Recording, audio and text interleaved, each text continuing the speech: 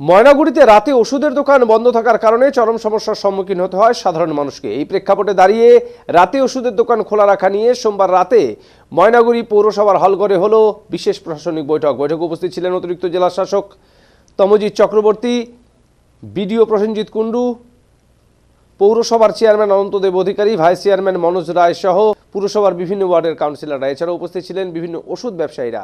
এদিন এই বৈঠকে অতিরিক্ত জেলাশাসক তমজিৎ চক্রবর্তী বলেন, মূলত ময়নাগুড়িতে রাতে ওষুধের দোকানগুলি বন্ধ রয়েছে, তাই আমরা ময়নাগুড়ি সহ তৎসহ এলাকায় রাতে ওষুধের দোকান খোলা রাখার ব্যাপারে মূলত এদিনের বৈঠক।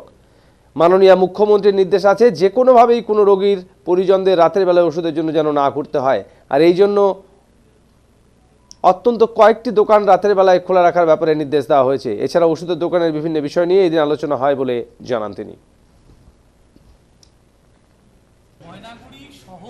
তথা তৎসংলগ্ন যে ব্লক এরিয়া রয়েছে সেখানে যাতে রাত্রিবেলাতেও ওষুধ পাওয়া যায় তার জন্য আমরা সবাই মিলে বসেছি এবং মাননীয় মুখ্যমন্ত্রীর যে নির্দেশ রয়েছে যে রাত্রিবেলা হোক দিনের বেলা হোক কখনোই কোনো রোগী সে ওষুধ বা চিকিৎসার যাতে কোনো রকম অসুবিধা না হয় সেই উদ্দেশ্যেই আমরা সকলে বসেছি।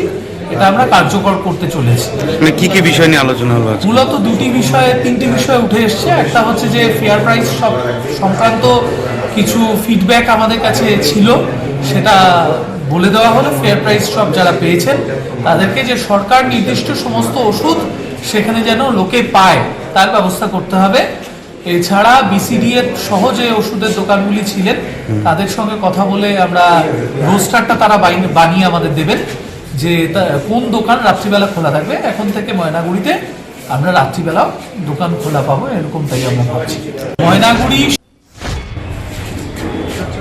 অন্যদিকে ময়নাগুড়ি জলপাইগুড়ি জেলার বেঙ্গল কেমিস্ট অ্যান্ড ড্রাগিস্ট সংগঠনের সম্পাদক কি জানিয়েছেন শুনবো।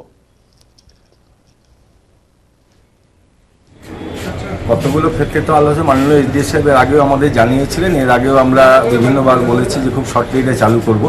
আমরা মেম্বারদের নিয়ে অলরেডি 2-3 বার এই বিষয়ে আমরা অলরেডি আলোচনা করে ফেলেছি। আজকে মাননীয় আধিকারিক ছিলেন, আগামী হয়তো 15 দিনের মধ্যে আমরা একটা রোস্টার দিয়ে দেবো। তাদের সাথে কথা বলে নিয়ে চেষ্টা করছি রোটেশনালি অ্যাটলিস্ট পার ডে একটা করে নাইটে খোলা রাখা, এভাবে যেন 30 দিনে আমরা খোলা রাখতে পারি, এটা চেষ্টা করছি। বাকিটা আমি আলাপ আলোচনার মাধ্যমে জানি।